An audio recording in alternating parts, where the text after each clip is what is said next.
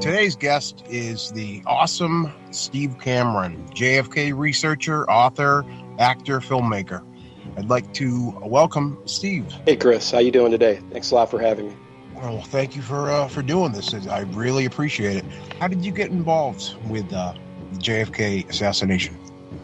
In the early 1990s, when I came across a documentary called The Men Who Killed Kennedy, it was a special that the History Channel aired. One of the greatest murder mysteries of all time.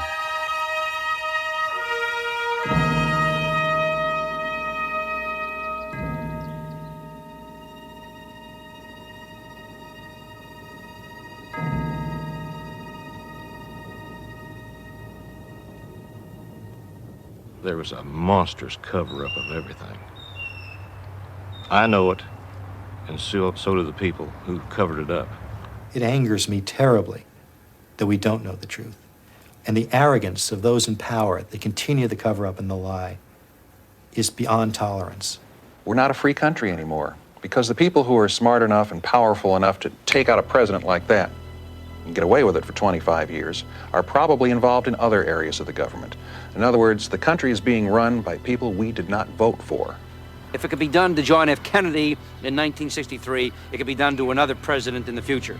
And we can't afford to have coups d'etats in America, no matter how cleverly orchestrated and sinisterly contrived they may be. That cannot be permitted to happen. And the way in which you prevent that from happening is to expose those elements of government and society in this country that were responsible for the killing of John F. Kennedy. You won't see anything like that on the History Channel nowadays, but it really opened my eyes to looking at a conspiracy angle that involved the assassination of President John F. Kennedy. My area of research, it involves a deputy sheriff who witnessed the assassination in Dallas, Texas. His name was Roger Craig. He was one of the most credible witnesses, too, by the way. Yes, one of the most credible. A lot of people saw what he saw, but he, like you said, he was the most credible, and he was shut down by the sheriff's office. His sheriff, Sheriff Bill Decker, he ordered all of his deputies, including Roger Craig, not to talk to the media. Roger Craig did. Officer Roger Craig said Oswald was definitely the man he saw run from the Texas Book Depository building right after the assassination.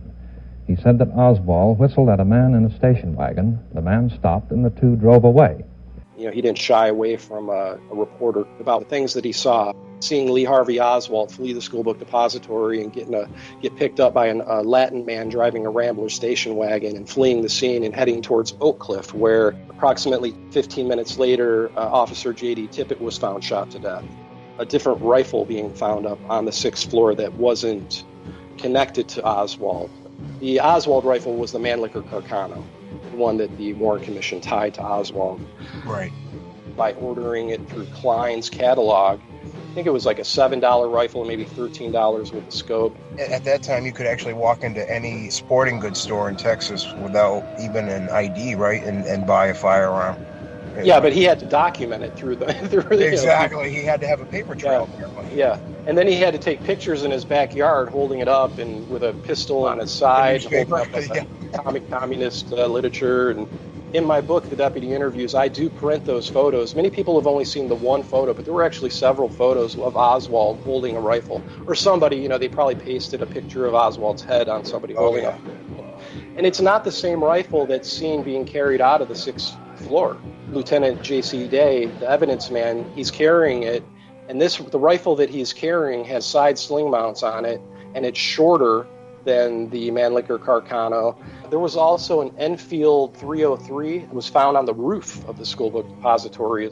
So there were multiple weapons up in that schoolbook depository. And then they turned it into one rifle that he ordered out of a catalog from Klein Sporting Goods. But no paper trails for the other mysterious firearms.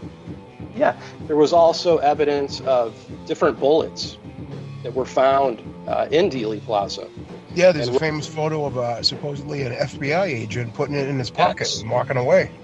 Yes, there was a man that came in and identified himself as FBI, and there's pictures of this, several pictures of a man walking in the scene dressed in a black suit, bends over, picks up something, puts it in his pocket, and walks away.